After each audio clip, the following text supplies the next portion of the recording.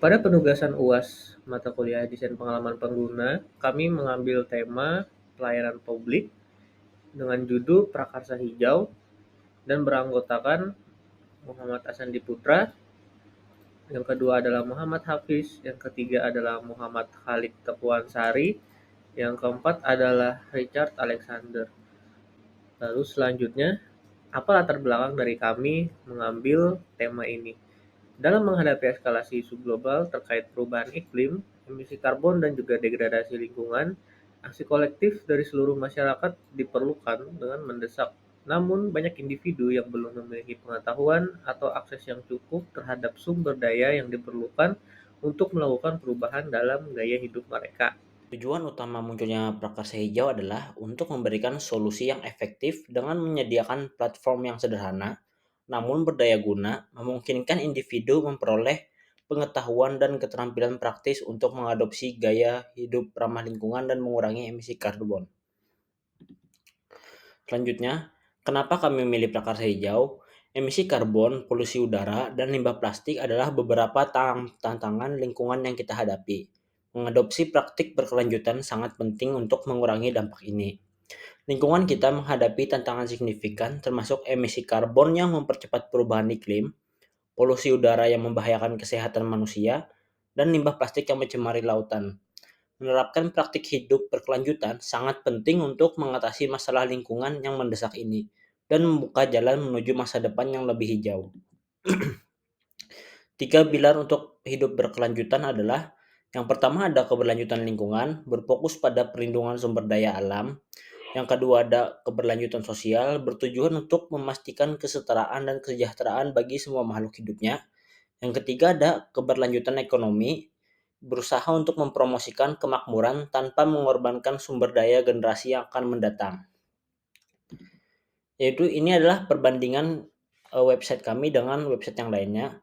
Dari Prakarsa Hijau sendiri, kami memiliki emisi karbon kalkulator. Yang kedua ada forum diskusi yang ada di setiap tipsnya. Terima kasih. Selanjutnya akan saya jelaskan mengenai empathy map. Jadi apa sih itu empati? Empati itu adalah merupakan sebuah cara untuk merasakan perasaan seseorang yang ingin kita dengar. Jadi empathy map sendiri itu dibuat untuk membuat aplikasi berdasarkan perasaan pengguna. Jadi di empathy map sendiri itu ada 7 bagian. Yang pertama user, kedua think and feel, ketiga ada see, keempat ada hear, kelima ada say and do, keenam ada pains, dan ketujuh ada gains. Jadi di sini user adalah pengguna prakarsa hijau dengan skenario mencari tips ramah lingkungan. Jadi apa sih yang user think and feel, yang user rasakan dan pikirkan? Jadi user merasa lingkungan di sekitar terasa lebih panas, terus user merasa bingung kenapa terdapat banyak asap, lalu user khawatir tentang dampak negatif dari perilaku konsumsi terhadap alam. Terus apa sih yang user dengar di website-website lain itu ada. Jadi user itu bisa tahu dari berita informasi tentang dampak perubahan iklim dan pentingnya tindakan ramah lingkungan. Terus ada dari teman dan keluarga, saran dan pengalaman tentang cara hidup ramah lingkungan. Terus user juga bisa melihat apa sih yang bisa lihat, belum ada website untuk tips ramah lingkungan. Terus user juga bisa melihat kegiatan komunitas acara lokal seperti pembersihan pantai dan kegiatan daur ulang. Terus ada konten-konten online yang seperti artikel, video, dan infografis tentang tips ramah lingkungan. Terus apa sih yang user katakan dan dilakukan? Itu yang pertama ada apakah ada tips untuk mengurangi limbah plastik di rumah. Terus ada bagaimana cara menghemat energi di rumah. Lalu ada di mana saya bisa menemukan produk ramah lingkungan. Terus ada pains. Painsnya adalah kesulitan menemukan informasi yang jelas dan mudah diakses. Lalu produk ramah lingkungan yang mahal. Terus ada gains, itu menemukan cara-cara praktis untuk mengurangi jejak karbon dan inspirasi dari komunitas yang peduli lingkungan. Selanjutnya saya serahkan kepada teman saya. Kemudian di sini terdapat user personas, yang dimana merupakan representasi semi-fiktif dari pengguna ideal produk atau layanan yang dibuat berdasarkan data riset dan analisis mendalam tentang pengguna aktual. Nah, user persona ini menggambarkan karakteristik demografis kebutuhan, tujuan, motivasi, serta tantangan yang dihadapi oleh pengguna. Persona ini membantu tim pengembang produk desain pemasaran, manajemen, memahami dan berempati dengan pengguna, sehingga dapat menciptakan solusi yang lebih tepat dan efektif. Nah, seperti contoh yang ada di sini yaitu dengan nama Saida Indah beserta informasi-informasi dari dirinya.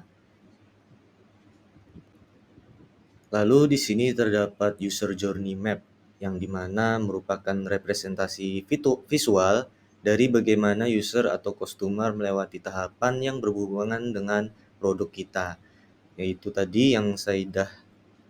Kemudian di sini terdapat define, compare, negotiate, dan select. Nah, untuk define, dalam tahap ini, user atau customer memikirkan keuntungan dan kerugian dari produk yang ingin dipilih.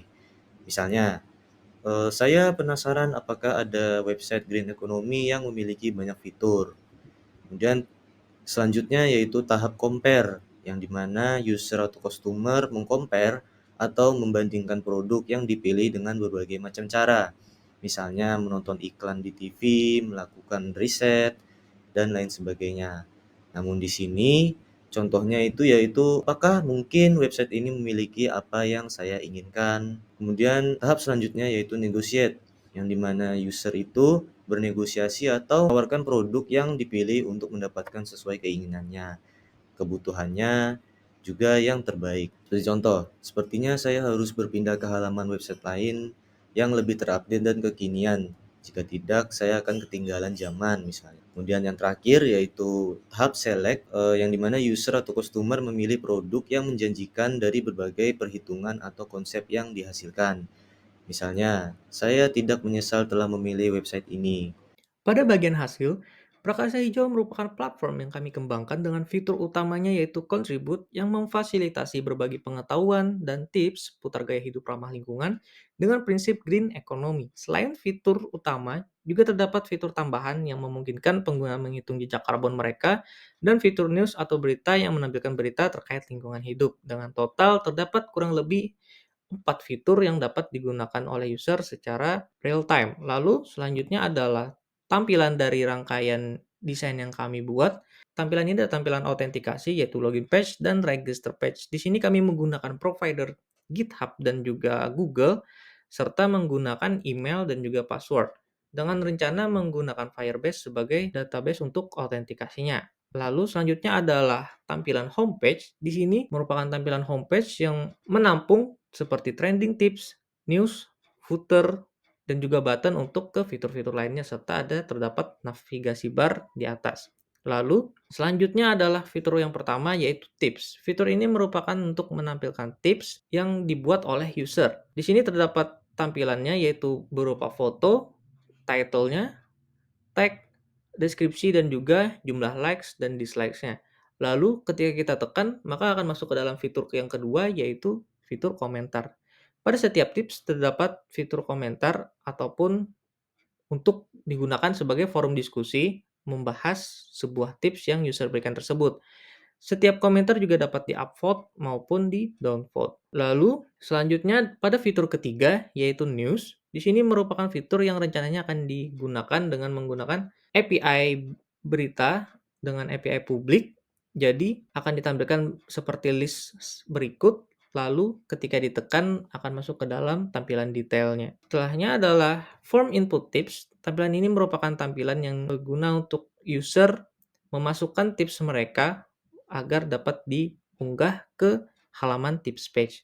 Di sini memerlukan judul, tag, foto yang ingin di-input, tapi jika tidak ada foto yang ingin di-input, maka akan berikan foto secara default. Lalu adalah deskripsi yang berguna untuk menjelaskan tips apa yang diberikan oleh user tersebut. Ketika user mengklik submit, maka tips tersebut akan dirilis ke tips page. Lalu selanjutnya adalah fitur keempat yaitu Carbon Emission Calculator.